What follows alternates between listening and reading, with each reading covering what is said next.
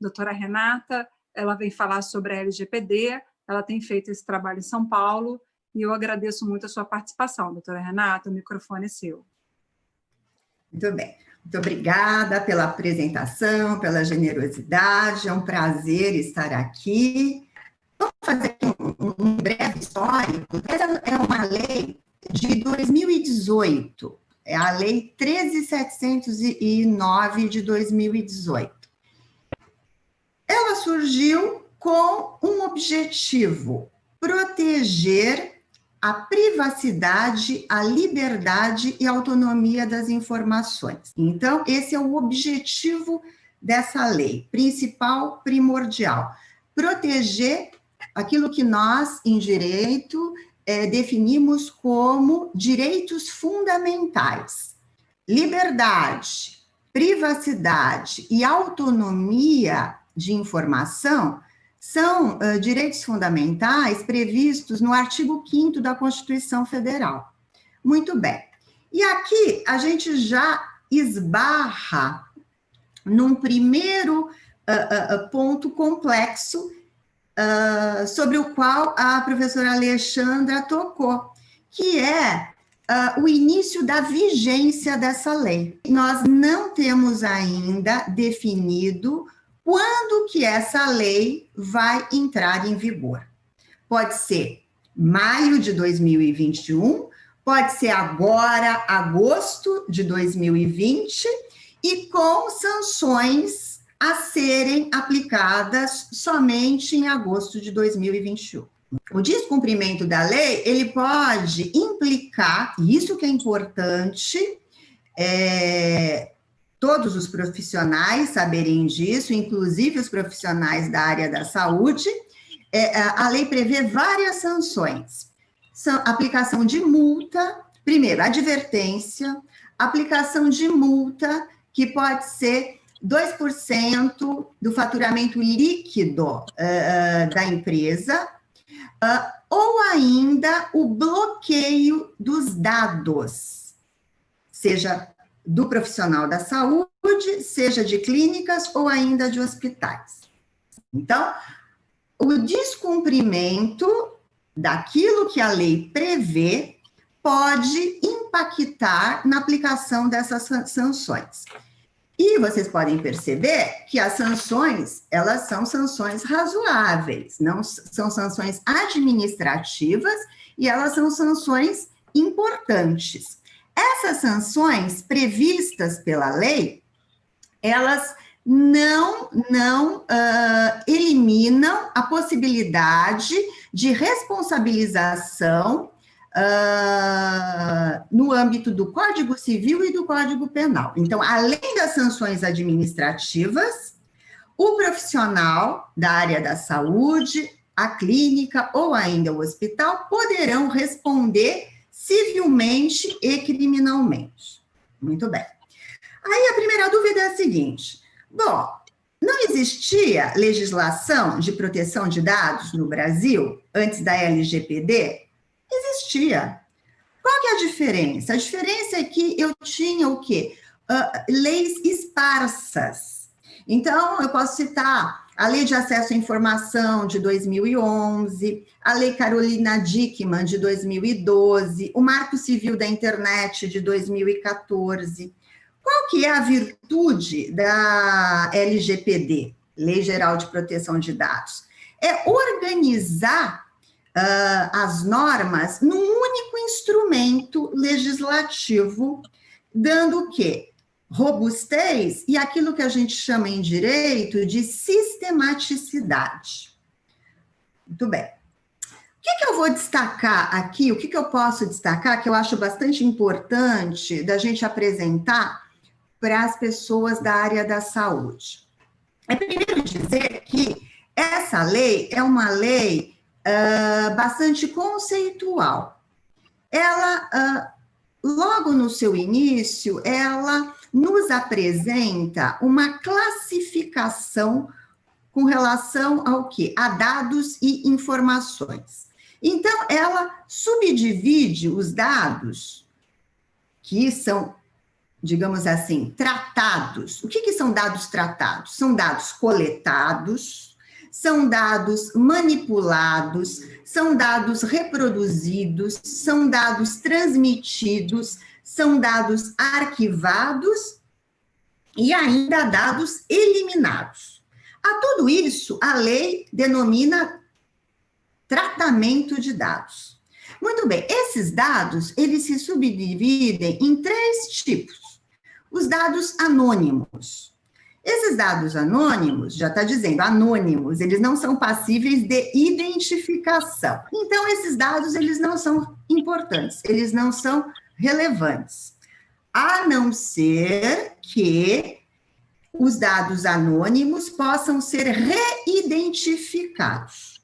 Aí, eles deixam de ser anônimos. E eu já estou introduzindo esse primeiro problema, por quê? Porque é sim possível, dentro de um sistema de difusão de dados, de compilação de dados, de transmissão de dados, muitas vezes é possível se reidentificar um dado anônimo. Daí porque a importância da segurança desse meio digital, tá? Mas se eles forem anônimos, eles não são relevantes. A lei, ela vai começar a olhar com maior zelo e maior cuidado para os dados pessoais e dados pessoais sensíveis. O que são dados pessoais? Nome da pessoa, sobrenome, endereço, RG, CPF, endereço eletrônico, esses são dados pessoais, eles precisam ser protegidos. Mas a lei também define dados pessoais sensíveis. Esses são os dados, digamos assim, que devem carecer de maior proteção. Quais seriam esses dados? Dados referentes ao quê? Que revelam a convicção religiosa, a convicção política, todos os dados relacionados à saúde, ou seja, dados genéticos, sexuais, biométricos, etc. Então, os profissionais da área de saúde já sabem, a partir de agora, que tratam dados que, em conformidade com a LGPD, são considerados dados pessoais sensíveis. Ou seja, dados que merecem e carecem de maior proteção, maior vigilância. Para quê? Para proteger a privacidade do paciente, a liberdade do paciente e a autonomia do paciente. Ou seja, esses dados, eles não podem ser utilizados de maneira indiscriminada. Eles não podem ser utilizados de maneira abusiva. Eles não podem ser usados para discriminar a pessoa, o indivíduo, sob pena de ferir a Lei Geral de Proteção de Dados. Então, primeiro ponto que eu destaco é essa classificação e a identificação aqui para os profissionais da área de saúde do que seja dado pessoal sensível. Outro ponto importante que a lei cuida bastante é o consentimento para o tratamento do dado pessoal sensível. Ele é fundamental, ele é imprescindível, ele é necessário, eu diria, ele é obrigatório. O que significa isso? Significa que o profissional da área de saúde, ele não pode coletar os dados do paciente, ele não pode usar os dados do paciente sem que ele requeira que o paciente manifeste o seu consentimento pelo uso desses dados ou pelo tratamento desses dados. Mas o ponto aqui, em se tratando de dados pessoais sensíveis, o consentimento, ele não pode ser um consentimento genérico. O profissional da área de saúde, ele precisa solicitar um consentimento que nós, no direito, denominamos de consentimento qualificado. O que significa isso? O profissional da área de saúde, ele precisa apresentar para o paciente qual é a finalidade pela qual ele está coletando esses dados. Ele tem que apresentar de maneira clara, de maneira explícita, de maneira evidente a finalidade da coleta daquele dado. E para que uso aquele dado está sendo coletado. Isso tem que ser explícito, isso tem que fazer parte do termo de consentimento. Mais do que isso, se durante o processo de tratamento dos dados, se houver uma mudança de finalidade, eu coletei o dado para uma finalidade, mas durante o processo eu vou alterar a finalidade, eu preciso alterar a finalidade, o paciente, ele precisa ser consultado. E ele precisa se manifestar novamente se ele está de acordo ou em desacordo com aquela nova finalidade do tratamento do dado. Se ele não estiver de acordo, o consentimento, ele é revogado, tá certo? Então, o primeiro ponto também aqui que a gente tem que destacar é que esse consentimento, para que o profissional da área de saúde, para que ele tenha segurança acerca do consentimento, é preciso que ele esteja sempre renovando esse consentimento, né? Essa renovação do consentimento, ela é bom, é prudente que ela ocorra e que seja sistemática. Tá? Então, eu colocaria, digamos assim, ênfase nesses dois pilares. A definição do que seja dado pessoal sensível e a questão do consentimento qualificado. Muito bem. Já enveredando aqui para a questão da saúde e da tecnologia, vamos chamar assim, né? Da relação da saúde com a tecnologia, qual que é, digamos assim, a ênfase que a Lei Geral de Proteção de Dados, ela destaca? A ênfase é que esses dados tratados, eles precisam ser seguros, ou seja, o tratamento tem que ser seguro. A gente está falando aqui, lógico, de saúde e tecnologia. Evidentemente, quando eu coleto dados, quando eu manipulo dados, quando eu reproduzo, quando eu transmito no meio digital,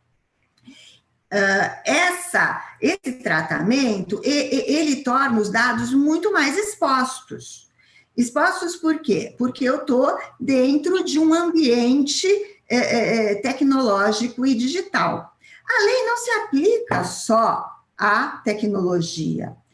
A proteção de dados pessoais sensíveis, ela se dá no ambiente digital e ela também tem que se dar no ambiente físico. Então, vamos pensar num consultório médico. O médico, se ele tem um cadastro de pacientes que foi feito no meio físico, esse cadastro de pacientes, ele precisa também observar as regras da proteção de dados. Então, eu vou ter que ter protocolos internos, eu vou ter que ter um compliance dentro do meu consultório, da minha clínica ou do hospital, para rever rotinas, quando eu manipulo dados pessoais sensíveis no meio físico. Mas também vou ter que ter esse mesmo cuidado, e mais ainda quando eu ingresso no espaço digital. Por quê? Porque aí eu estou diante da tecnologia, e aí eu estou diante da oferta de uma série de produtos que estão aí sendo oferecidos no mercado. Então, vamos falar ilustrativamente, vamos discorrer sobre uma consulta feita numa plataforma. Qual plataforma o profissional da saúde, o médico, deve utilizar? A mais segura. Nós estamos aqui realizando um seminário numa plataforma Zoom. Ela tem um nível de segurança. Eu tenho outras plataformas, eu tenho a plataforma Teams, eu tenho o Hangout, eu tenho inúmeras plataformas. Então, primeiro cuidado que o profissional tem que ter é a escolha da melhor plataforma, da plataforma mais confiável. E como que ele vai fazer isso? Ele vai precisar de uma assessoria de tecnologia da informação. Sem isso, ele não vai poder ter discernimento, ele não vai poder fazer escolha. É lógico que a gente sabe que existem plataformas que são extremamente vulneráveis. A professora Alexandra mencionou o WhatsApp. O WhatsApp é a plataforma mais vulnerável que existe. O profissional da área de saúde jamais deve se comunicar com os pacientes por meio do WhatsApp. Por quê? Porque a vulnerabilidade desse ambiente é altíssima. A possibilidade de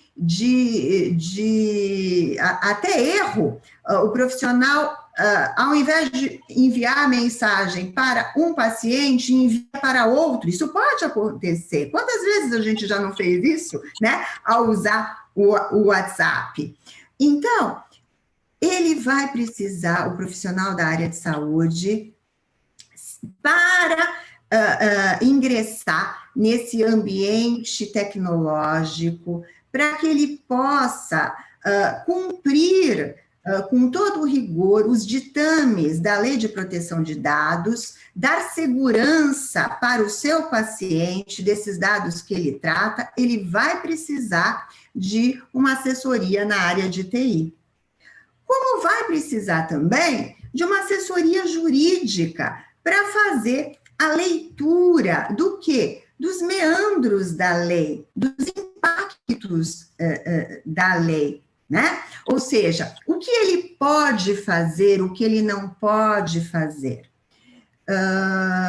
O profissional, numa plataforma, ele está consultando um paciente, ele pode prescrever uma receita? Pode fazer isso? Se pode, qual que é o meio seguro? Eu vi que o Conselho Federal de Medicina, juntamente com o Conselho Federal de Farmácia e mais o Conselho de Tecnologia, criaram uma plataforma digital para validação, agora recente, me parece que em abril, para validação das receitas. Então, o profissional, ele tem que saber que, para ele prescrever, para ele emitir um atestado ou uma receita, a maior segurança é que ele ingresse nessa plataforma, ele valide essa receita, ele valide esse atestado.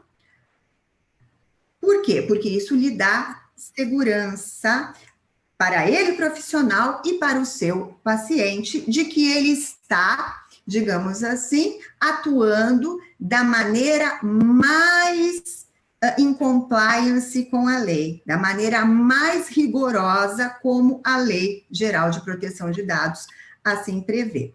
Então, esse é um exemplo. Ele precisa, né, digamos assim, se calçar de um esclarecimento jurídico, profissional, especializado, para ele saber o que ele pode fazer, o que ele não pode fazer e como que ele pode fazer da maneira mais segura.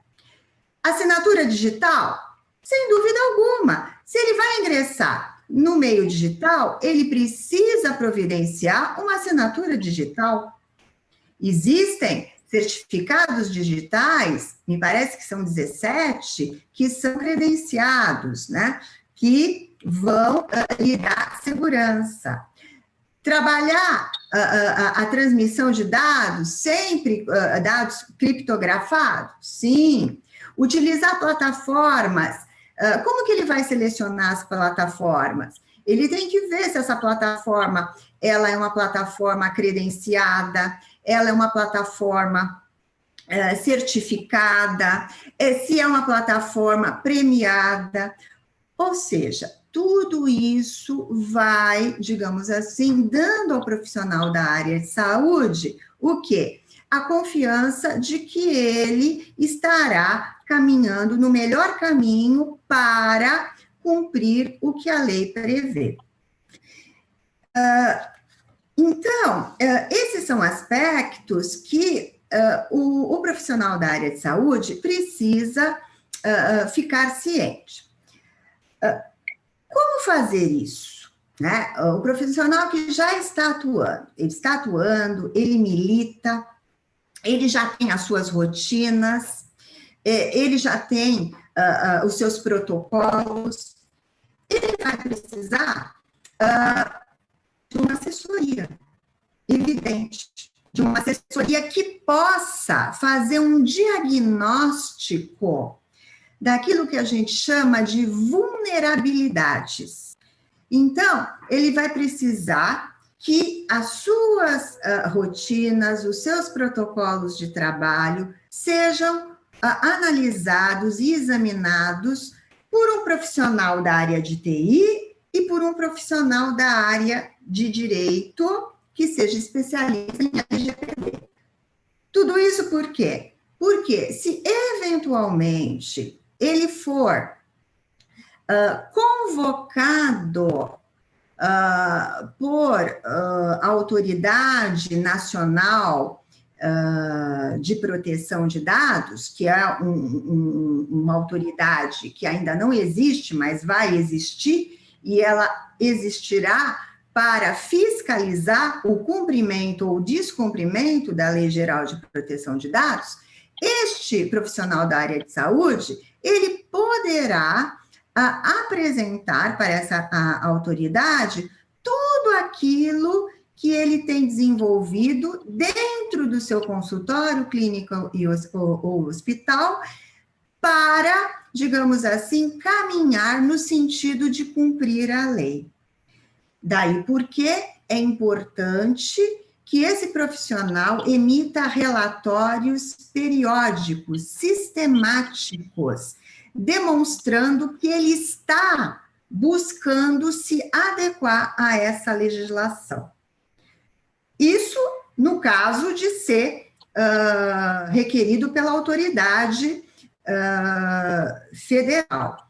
Mas ele também pode ser demandado por um paciente que pode entender que sofreu violação de seus dados privados e particulares dentro ali daquele tratamento que foi dado, seja pelo médico ou outro profissional.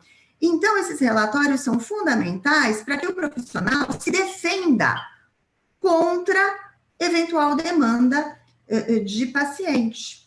Se defenda no sentido de que, não, nós aqui estamos em conformidade com a Lei Geral de Proteção de Dados. Por quê? Por quê? Porque adotamos o consentimento qualificado, porque adotamos plataformas seguras. Por quê? Porque temos assinatura digital, porque temos prontuário eletrônico certificado, ou seja, vai ter, digamos assim, substrato para uma eventual defesa numa eventual demanda jurídico-judicial. Tá? Estou alertando sobre esse aspecto porque logo que a Lei de Proteção de Dados foi implementada na Europa, houve um boom de demandas judiciais de indivíduos que entenderam que sofreram lesões, né, a seus direitos e foram ao Poder Judiciário demandar contra aqueles supostos atores que praticaram essas lesões. Então, o profissional, médico, profissional da área de saúde, ele precisa correr para colocar o seu serviço em conformidade com a legislação. Por quê? Mesmo que a legislação não venha a entrar em vigor em maio, as sanções só lá em agosto, mesmo, né, que venha a entrar em vigor no ano que vem, mesmo assim é pouco tempo. Por quê? Porque os desafios são muito grandes para esse profissional ficar em conformidade com a Lei Geral de Proteção de Dados. Existem vários setores, né, dentro das clínicas. Você tem o setor de atendimento, você tem o financeiro, você tem o departamento pessoal, ou seja, você tem um complexo de relações. Você tem a relação entre o médico e o paciente, entre o médico e o fornecedor, entre o médico e a enfermagem, ou seja, você tem um complexo de relações e tudo isso tem que ser analisado para se verificar se todas essas relações, interconexões estão em conformidade com a Lei Geral de Proteção de Dados. Então, é bom começar agora para que no ano que vem o profissional esteja já, digamos assim, com tudo acertado e não seja surpreendido nem com uma demanda judicial, nem com uma fiscalização onde não tenha documentos capazes de provar que ele não é negligente, que ele é um profissional, muito pelo contrário, em compliance com a LGPD. A senhora recomenda, doutora Renata, que os médicos utilizem algum tipo de plataforma específica? Qual é a sua visão sobre essa questão dessas plataformas e a aceitação dos médicos de estarem utilizando plataformas ofertadas por empresas comerciais, né?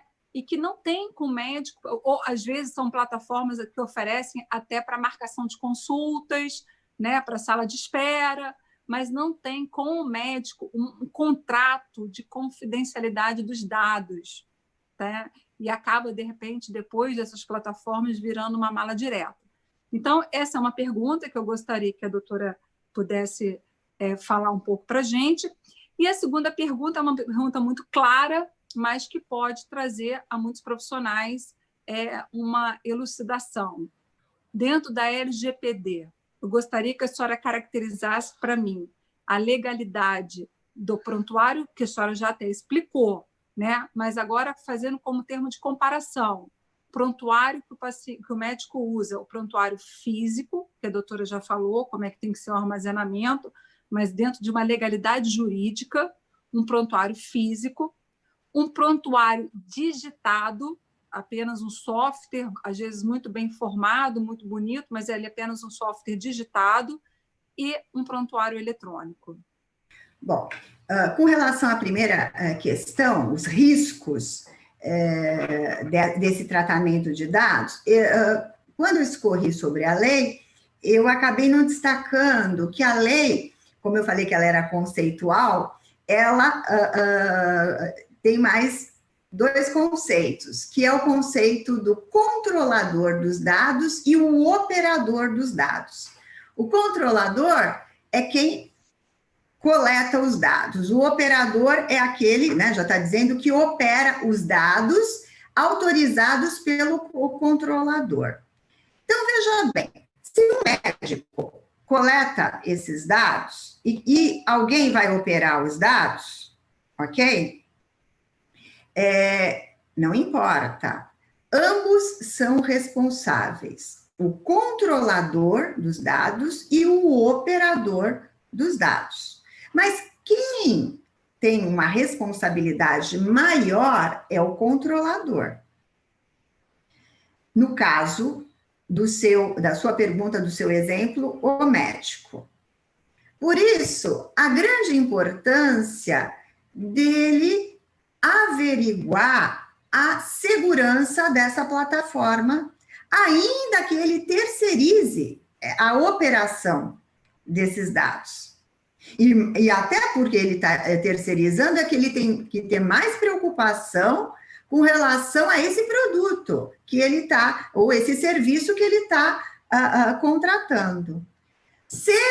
Bom, se ele não fizer um contrato, aí pior ainda, né? Porque sem contrato não existe segurança jurídica, porque a gente não está mais no mundo da oralidade. O direito já se tornou direito escrito, isso há muito tempo, já lá na antiguidade. Então, quando a gente fala em direito, a gente fala em documento escrito. É preciso que exista um contrato muito bem desenhado entre controlador e operador.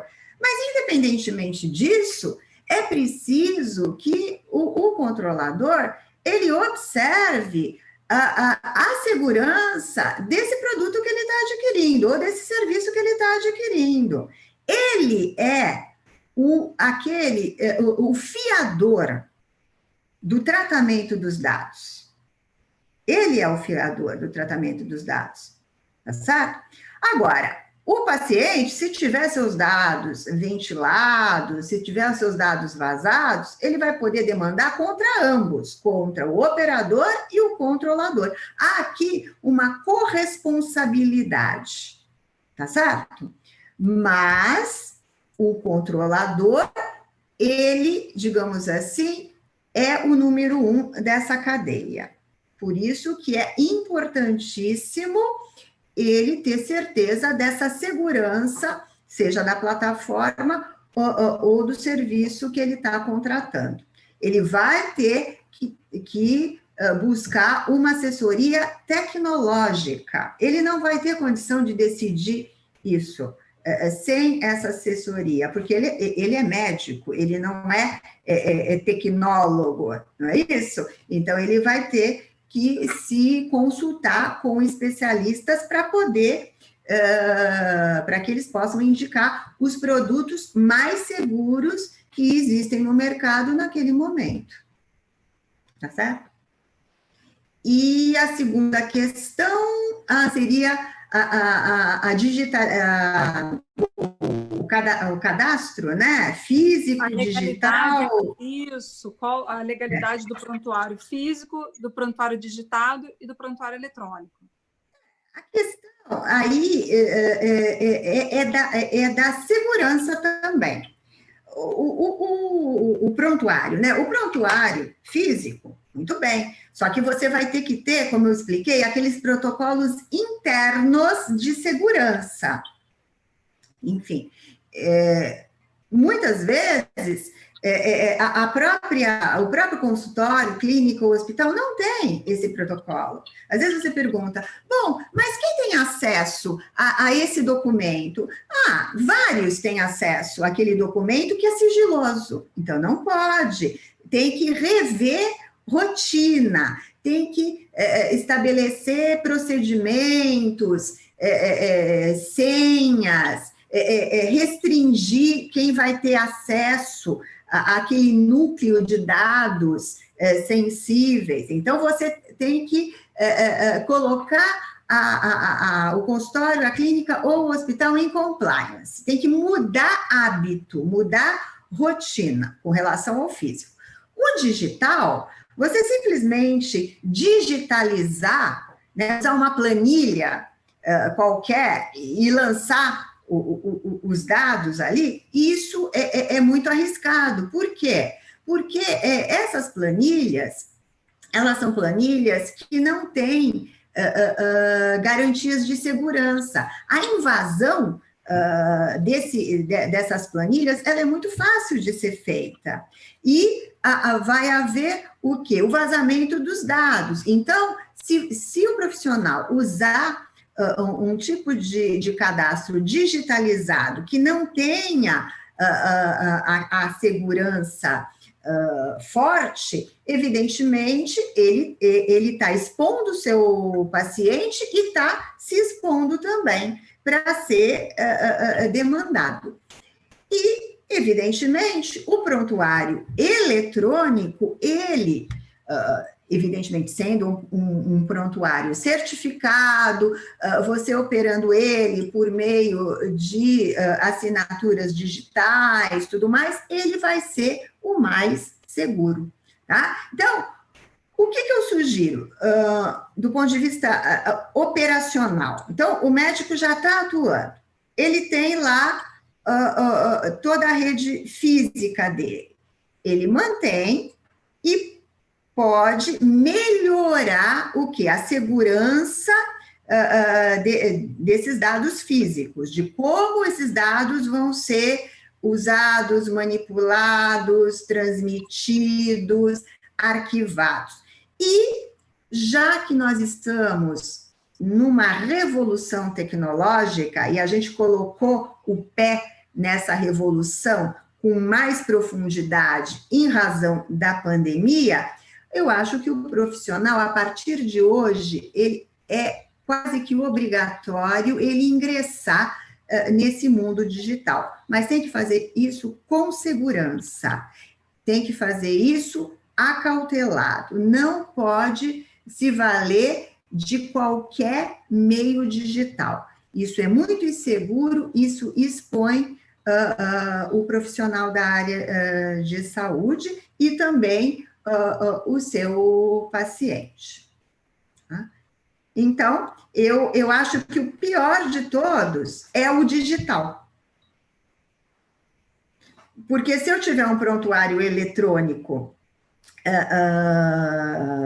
que é avalizado, e se eu tiver uma rotina, um protocolo interno correto, eu dou uma segurança para a manipulação dos dados físicos e também darei segurança se eu utilizar o prontuário eletrônico. Eu acho que o pior é o digital. É a planilha que eu tenho, né? Que todo mundo, a maioria usa isso, infelizmente. Então até softwares que realmente não têm o nível de segurança 2, né? E não trabalha com a chave CP Brasil.